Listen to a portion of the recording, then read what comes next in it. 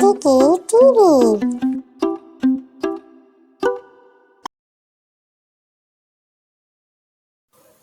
ایک وقت کا قصہ ہے۔ ایک موچی اور درزی نے اپنے چھوٹے سے گاؤں کو چھوڑ کر شہر جانے کا فیصلہ کیا۔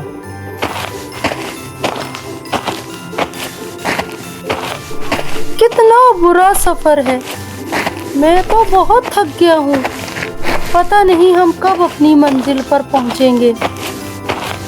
گھبراؤ مت، یہ لو پانی پیو۔ یہ پانی تو بالکل بھی ٹھنڈا نہیں ہے۔ آہا، کتنا سہانا سفر ہے۔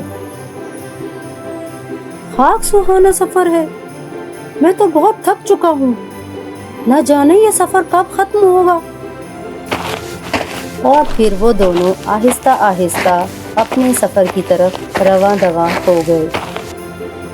2 دن سفر کرنے کے بعد وہ ایک چھوٹے شہر میں پہنچے، جہاں اپنی قسمت آزمانے کا فیصلہ کیا۔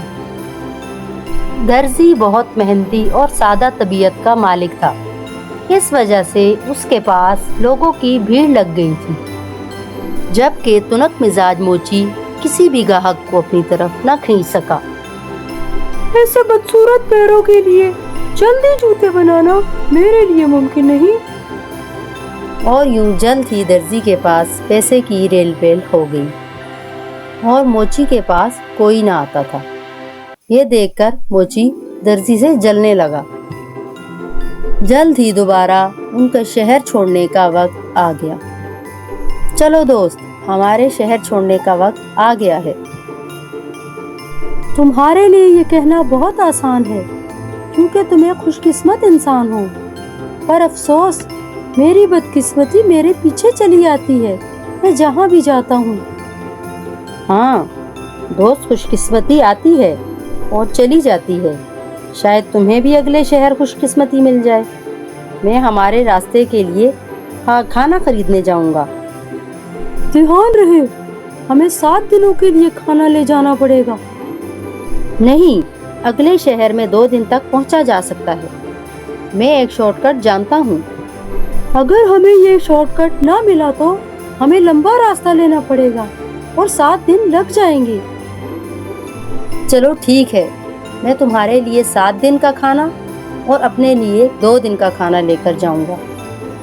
اور درزی نے کھلے دل کے ساتھ موچی کے لیے پیسہ خرچ کیا اور کھانا لیا، اور دونوں ہی اگلے شہر کے لیے نکل پڑے۔ وہ کافی وقت تک چلتے رہے اور انہیں لگا کہ وہ شارٹ کٹ بھول گئے ہیں، اور اب انہیں لمبے راستے سے شہر جانا ہوگا، کیونکہ درزی نے صرف 2 دن کے لیے ہی روٹی لی تھی، اس کا کھانا ختم ہو گیا۔ دوست، وہ بس میری آخری روٹی تھی۔ میں نے تمہیں کہا تھا نا کہ کہیں ہم راستہ نہ بھٹک جائیں، لیکن تم کبھی میری بات نہیں سنتے، اپنی کرتے ہو۔ جنگل ہماری دیکھ بھال کرے گا دوست، چلو ہمیں اپنا چلنا جاری رکھنا ہوگا۔ وہ 2 دنوں تک چلتے رہے، اور ان 2 دنوں میں موچی نے جی بھر کر روٹی کھائی، جبکہ درزی کے پاس کچھ بھی نہ تھا۔ درزی تھک گیا اور بھوکا تھا۔ تیسرے دن وہ اور برداشت نہ کر پایا اور موچی سے کہا، بھائی مہربانی کر کے اپنی تھوڑی سی روٹی مجھے کھلا سکتے ہو؟ مجھے بہت بھوک لگی ہے، میں نے پچھلے 2 دنوں سے ایک بھی نوالا نہیں کھایا ہے، اور تمہارے پاس ڈھیر ساری روٹیاں ہیں۔ تمہارے ساتھ بانٹ کر کھانا کھاؤں تاکہ میں بھوکا رہ جاؤں؟ تمہیں کھانا لانا چاہیے تھا، تم لا سکتے تھے۔ دوست، میں بھوکا مر جاؤں گا اگر مجھے روٹی نہ ملی تو۔ میں نے تمہارے ساتھ اپنی دولت بانٹی، کیا تم میرے ساتھ چند نوالے نہیں بانٹ سکتے؟ اوہ، تو تم سوچتے ہو کہ تم مجھ سے زیادہ دولت مند ہو، ہے نا؟ صرف اس لیے کہ تمہاری قسمت اچھی ہے۔ خیر ٹھیک ہے، پھر تم مجھے اپنی ساری دولت دے دو، میں اپنا سارا کھانا تمہیں دے دیتا ہوں۔ اچھا، یہ لو، کھا لو۔ لیکن وہ بہت کم کھانا تھا، اس سے اس کی بھوک نہیں مٹ سکتی تھی۔ دوست، یہ تو بہت کم کھانا ہے، تم میرے ساتھ ایسا کیسے کر سکتے ہو؟ کھانا ہے تو کھاؤ،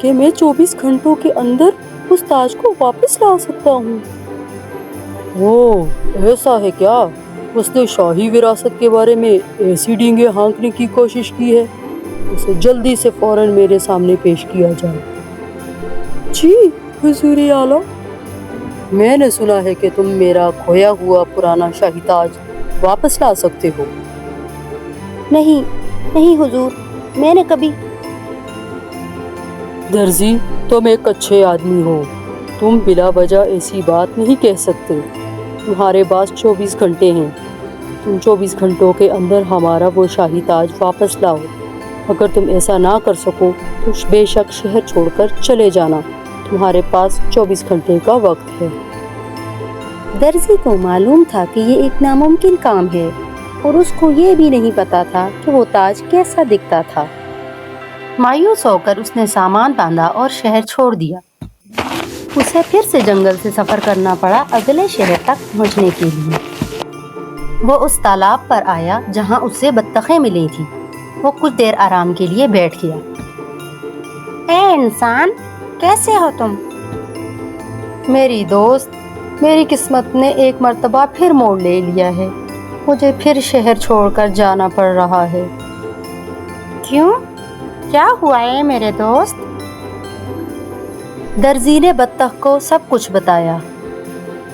کیا شاہی تاج؟ خیر، کچھ عرصہ پہلے بادشاہ سلامت کے دادا حضور یہاں سے گزرے تھے۔ وہ یہاں پانی پینے کے لیے ٹھہرے تھے اور ان کا تاج پانی میں گر گیا تھا۔ وہ کئی عرصے سے اس پانی کی تہ میں موجود ہے۔ کیا تم اسے میرے لیے اوپر لا سکتی ہو؟ بے شک۔ تو سب بطخوں نے غوطہ لگایا اور تاج کو باہر نکال لے آئے۔ درزی نے بطخ کا شکریہ ادا کیا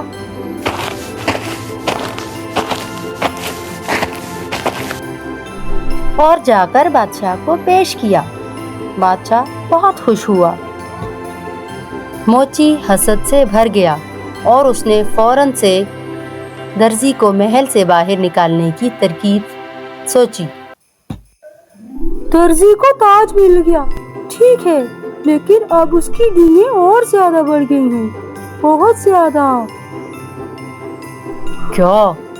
اب وہ کیا کہہ رہا ہے؟ وہ کہتا ہے وہ بس ایک درزی نہیں ہے بلکہ ایک سنگ تراش بھی ہے۔ وہ پورے محل کا موم کا مجسمہ بھی بنا سکتا ہے اور وہ اسے 24 گھنٹے میں کر سکتا ہے۔ وہ کہتا ہے یہ میرے بائیں ہاتھ کا کھیل ہے۔ خیر، درزی میں تو بہت ہنر ہے، اسے فوراً میرے سامنے لاؤ۔ جی جی بادشاہ سلامت۔ تو تم ہمارے اس عظیم محل کا ہو بہو نمونہ بنا سکتے ہو، ہے نا؟ بادشاہ سلامت، نہیں نہیں۔ تو تمہارے پاس 24 گھنٹے ہیں، تب تک تمہیں نمونہ تیار کر کے رکھنا ہوگا، اور اگر ایک بھی کیل یا کھڑکی رہ گئی تو تمہیں یہ شہر ہمیشہ کے لیے چھوڑ دینا ہوگا، سمجھ گئے؟ جی بادشاہ سلامت، جو آپ کا حکم۔ درزی نے سوچا کہ اس بار اسے کوئی مدد نہیں ملے گی، لہٰذا اس نے اپنا سامان باندھا اور شہر چھوڑ کر چلا گیا۔ درزی جنگل سے گزر رہا تھا، اچانک اسے ایک آواز آئی۔ اے انسان، تم اتنے مایوس کیوں لگ رہے ہو؟ درزی نے دیکھا شہد کی مکھی اس کے آس پاس منڈلا رہی تھی۔ درزی نے اسے محل کے نمونے کے بارے میں سارا واقعہ بتایا۔ بس اتنا ہی، گھر جاؤ انسان اور آرام کرو، میں اور میری مکھیاں جلد یہ نمونہ تیار کر لیں گے۔ تو درزی گھر چلا گیا اور شہد کی مکھیاں اڑ کر محل میں گئیں اور ہر ایک چیز کو غور سے دیکھا، اور صبح تک اس کی ہو بہو نقل تیار کر کے درزی کو دے دی۔ درزی نے اسے بادشاہ کو پیش کیا۔ یہ بہت خوبصورت ہے درزی، اب تم اس کے بارے میں کیا کہو گے میرے خادم؟ کیا تم اب بھی یہی کہو گے کہ یہ درزی ڈینگے مار رہا ہے؟ مجھے معاف کیجیے گا بادشاہ سلامت. میں سوچتا ہوں وہ کیسا انسان ہوگا جو کسی کی پیٹھ پیچھے برائیاں کرتا ہے. میں جانتا ہوں تم نے درزی کو جنگل میں اکیلا چھوڑ دیا تھا مرنے کے لیے. بادشاہ سلامت آپ جانتے ہیں میں بادشاہ ہوں اور یہ جاننا میرا کام ہے. میں نے درزی کا پیچھا کیا اور جنگل کے باشندوں نے مجھے سب کچھ بتا دیا. یہ سچ ہے کہ زندگی نیکی واپس کرتی ہے اور ساتھ ہی بدی بھی برے انسان کو واپس کرتی ہے. بہت ہی خود غرض اور کم ظرف موچی بنے رہے ہو تم. تمہارے لیے میری سلطنت اور محل میں کوئی جگہ نہیں ہے. بادشاہ سلامت. میں اسے معاف کر رہا ہوں اور اسی لیے میں نے اسے قید خانے میں نہیں ڈالا کیونکہ اس نے تمہیں بھوکا مارنے کی کوشش کی تھی. پر یہ میری سلطنت میں نہیں رہے گا. 1 گھنٹے میں یہاں سے نکل جاؤ. اور تم درزی، مجھے اپنی سلطنت میں تم جیسے شہریوں پر ناز ہے اور تم یہاں ہمیشہ عیش و آرام سے رہو گے. اس لیے اس نے جو نیکی کی تھی اس کی وجہ سے درزی عزت اور خوشی سے رہا اور موچی کو وہ شہر چھوڑ کر جانا پڑا اور پھر کبھی کسی نے اس کے بارے میں نہیں سنا. ہمارے چینل کو لائک، شیئر اور سبسکرائب کرنا مت بھولیے گا.